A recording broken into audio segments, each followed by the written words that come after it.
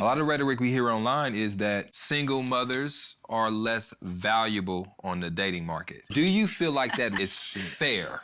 Fair is the wrong word, but I think there's truth to it. Okay. And what I mean by that is there is a level of disqualification that's going to happen because a man that is high earning, high value has a lot of options. Now, does that make that woman a bad woman? No. Does it make her unworthy of love? No. Does it mean that it's never going to happen for her? No. But odds are most high value, high earning men want what they want. And sometimes the extra baggage of children, not to say that children are baggage, but you know what I'm saying, that that's not going to be the choice. And also, I think too many women are letting too many men baby mama them more than once.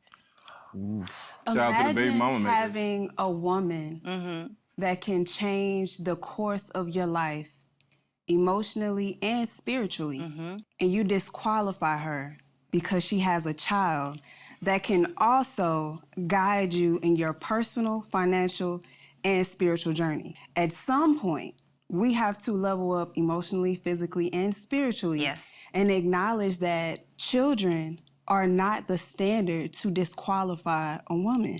There's so many other things that people can provide, whereas if you say, but if you have a child, I don't want it. So now you're robbing yourself of your own spiritual journey, your own emotional journey, because you have a rigid mindset of what you like. That would be the assumption that one doesn't have the other. Like, imagine a woman that doesn't have children that can help you to grow mentally, emotionally, spiritually, physically, financially, and energetically. If you have the option, and that's why I'm saying you gotta look at it where both things are even.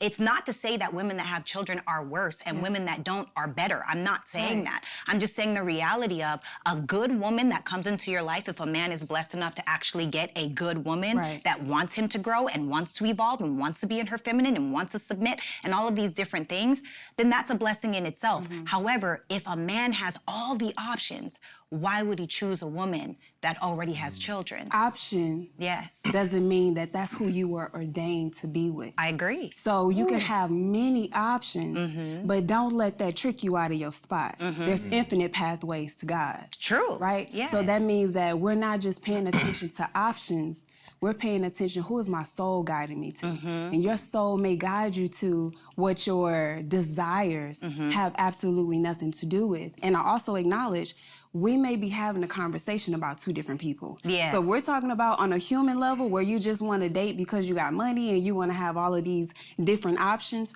Cool, you're going to get what you get. Right. But if we're talking about people who are dating for the specifics of healing, growing, and evolving, then they better be conscious of the choices that they choose.